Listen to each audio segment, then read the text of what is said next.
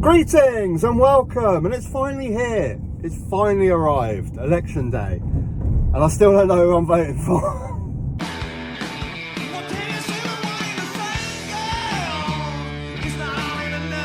Oh man, this has just been going around in my head the last couple of weeks. It really is. Today is the day. I've just done a couple of jobs over Worthing Way, Hove. I've got a gap of a couple of hours in the day. I'm about to head home and I'm about to go vote.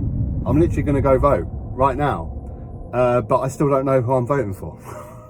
Let me adjust that camera. So we're going to come to a conclusion in this van journey. On the way home, we're going to come to a conclusion who I'm going to vote for. We're going to do a good old-fashioned pros and cons for each voting choice that I'm going to have. We're going to thrash it out and I'm going to come to a conclusion in the van with you guys, and then I'm going to go and vote.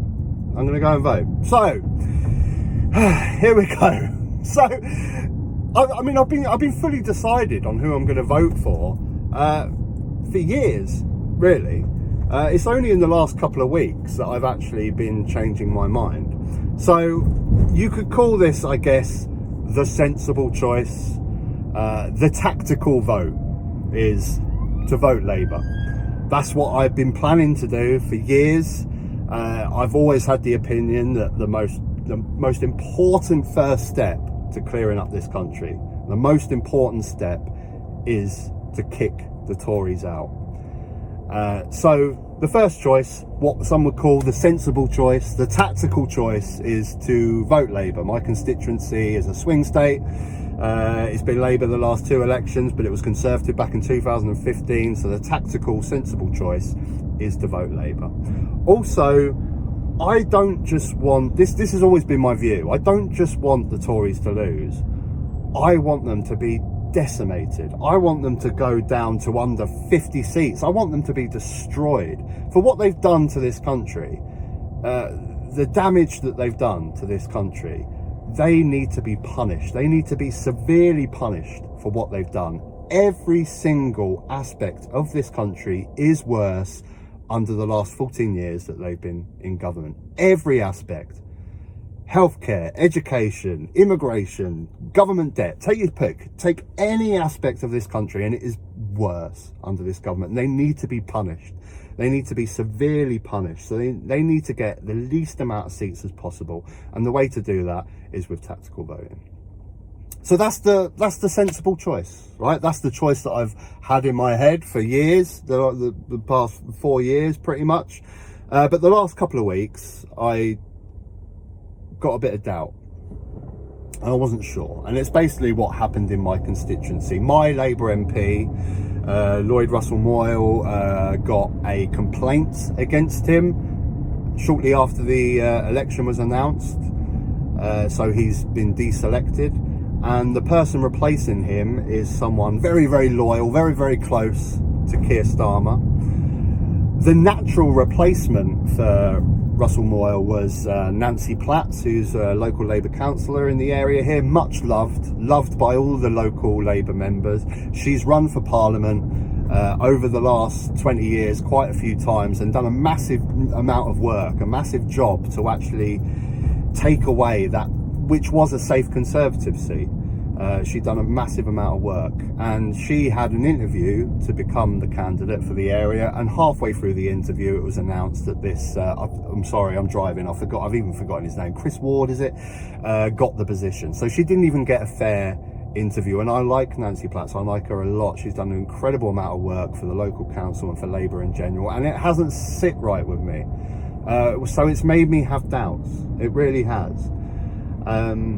A lot of people in my comments, I just want to clear this up as well. I've had a lot of people, when I've talked about this in previous videos, a lot of people in my comments saying, well, you live in Brighton, surely the natural choice is to vote Green. You have a Green MP. They're most likely to, even though Caroline Lucas is stepping down, they're most likely to win that seat. But I live in East Brighton. It's a different constituency. I don't live in Caroline Lucas's constituency. I used to. It used to be a lot easier on election day.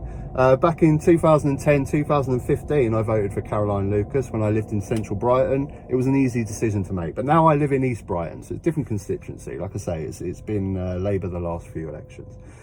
So that's the sensible tactical choice, is to vote Labour. And the moral choice, I guess, within me, if I want to take a moral stance, is to vote for the Green Party. I like the local candidate. I like a lot of their manifesto, especially when it comes to spending, capital gains tax, basically taxing the rich and investing in public services that we desperately need. I like their policies on that. There's some things I don't like, and it's the moral choice. And there's that thing of the vote share, isn't it? You know, it would be really good if the Greens could have a large vote share, and it does mean anything. I know it's first past the post, but vote share does mean things. When we look for examples to change the voting system, we look at the elections in 2015 and 2010, where UKIP and the Greens got millions of votes, but one MP each. These things actually mean something, and if you can get a large vote share for the Greens, it means a lot for pushing for PR going forward. And that is the big thing. Another pro to voting Green is I don't have to sit with this first past the post two-party system. So this is the cut-off, by the way, for the East Brighton constituency. So anything this far is not Caroline Lucas anymore. It's East Brighton, where I live. These guys will be voting in that constituency. So yeah, it's a vote for PR, voting for the Greens, and not sitting in with this two-party system and not being happy with it. Now, those are the two reasons, and I don't know, I think I've already made a choice in my head. I mean, I'm literally going to choose right now with you guys right here, and I'm going to go to the polling booth. We're literally 5 minutes away from my polling booth, and I just can't. Where I'm sitting right now is I just don't think it's about getting rid of the Tories is the most important thing. It is. And I'm sure a lot of people in this election would love to have the luxury of being able to vote for who they most agree with their policies. But they're not. They're voting tactically because these Tories have to go, and they have to be decimated. They have to be destroyed as much as possible. So people are tactically voting where they can. And it kind of feels like if I vote with my heart, and I vote because I'm not happy about what's happened in my local constituency, I'm just relying on everyone else doing their job. I'm just saying, well, I'm gonna vote for who I feel in my heart, who I really want to vote for, because everyone else will do the job of kicking the Tories out. And maybe that's not fair. Maybe that's not fair. I don't think it's fair that I should just rely on everyone else doing the job. Like I say, I'm sure a lot of people would like to be able to vote with their heart, but they can't. They want to tactically vote to decimate the Tories. And that's always been my opinion. We need to do as much as possible to destroy this disgusting party that has brought untold damage to this country. They need to be destroyed. And, saying all this, as I've mentioned before, my one vote, what does it really mean in the big scheme of things anyway? Everyone goes on about the sanctity of our vote, of our democratic right for our single vote. And so we all know who wins elections.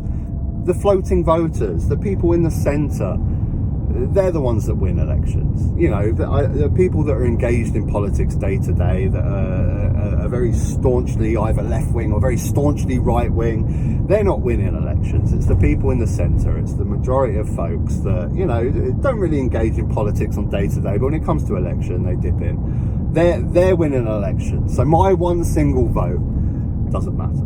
Now, I've come to a conclusion. I'm going to say that in a second, but I'm just going to say my household as a whole has gained a vote this year as well. My son is now 18, so he gets to vote. And I'll briefly talk about the voting intentions of my household. Now, my wife, originally born in the Philippines, she came over to this country with her family when she was 16 in 2000.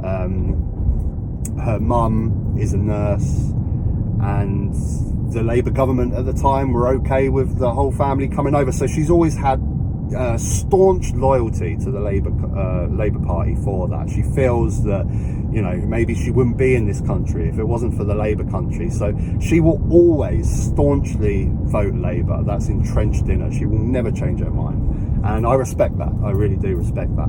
My son, I bore him to tears with politics. I do talk to him about politics, but it's difficult. And he's 18 years old, for crying out loud. When I was 18 years old, I could not give a...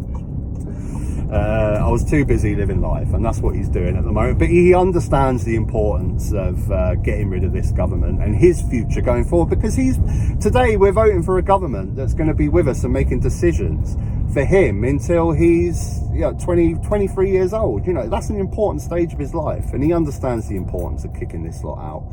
I've talked to him about voting with his heart. I think, you know, the Green Party probably have more policies that will interest him, especially at the age of sort of university fees and all these sorts of things.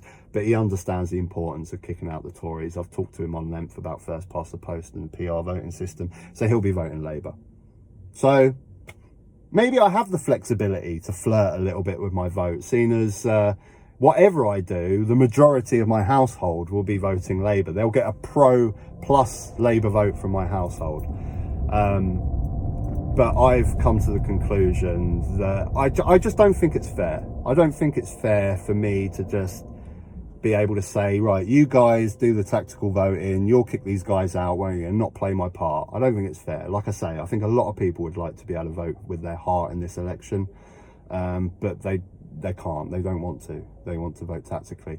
And also, funny enough, I received an email from my local Green candidate. Now, I used to be a paid up Green Party member back in the days when I was voting for Caroline Lucas in the centre of Brighton. I used to be a Green Party member, so I still receive a lot of emails from them.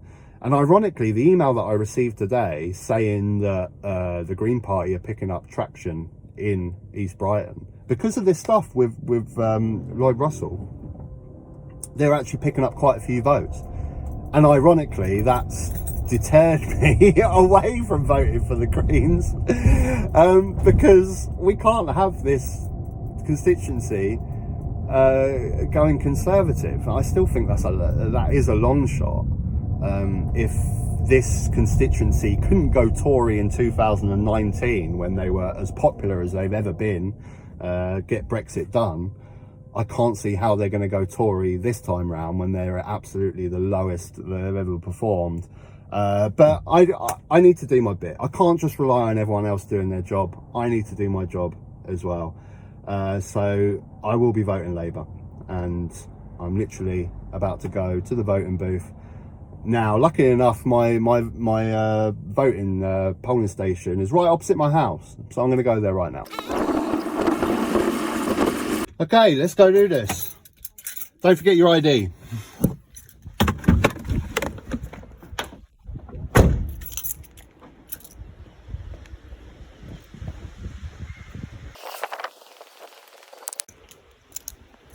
Oh, and another thing, if you take a selfie outside the polling station, you can go get a free pint from Brewdog, which is exactly what I'm going to do later.